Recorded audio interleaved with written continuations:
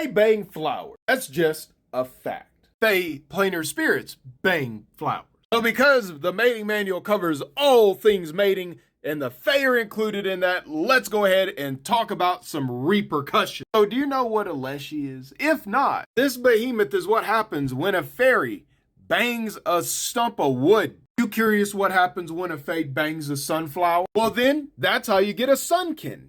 And sunkin are usually born into great Fae status. They are born with so much power that they are either an elder Fae or a great Fae. But the really funny thing is, there's actually another sunflower Fae that is spawned into existence, but not by a Fae banging a sunflower, but by the sunkin sprouting her spores. Or technically, I guess passing on her seeds would be a more correct term. That's when you get the Halutha, which is basically a sunflower man, but with no face. And then they can reproduce the same way that the sunkin can. So that's how you get the wild, basically the wild Fae of sunflower fields.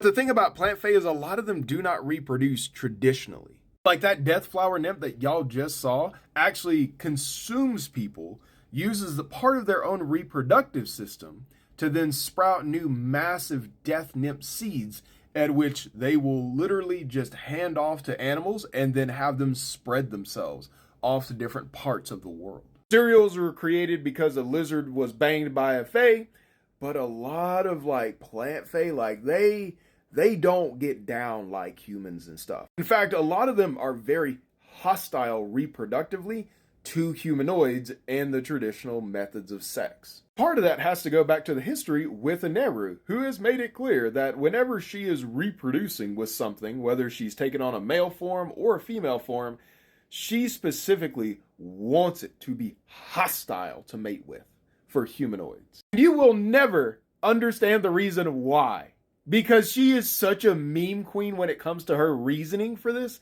It's because she wants to see how far humanoids will go in order to mate with something that they find aesthetically pleasing, even if it is hostile to them or will hurt them during the reproductive process. Yeah, she literally just wants to see how far you will go in order to mate with something. That is why a lot of Fae have humanoid forms or figures. That's why when they have male forms, they are usually buff. They have the chest, even if they don't have the nipples, and there is no reproductive purpose for it. That's why a lot of Fae women have feminine humanoid forms or aspects of those forms is to entice humanoids. Because Aneru wants to be like, okay, I created this thing. It's got boobies or it's got pecs. Will a human go for it? So while Ezeron made the ice elves where you can't mate with them because she doesn't want you mating with her species, Aneru's just a meme.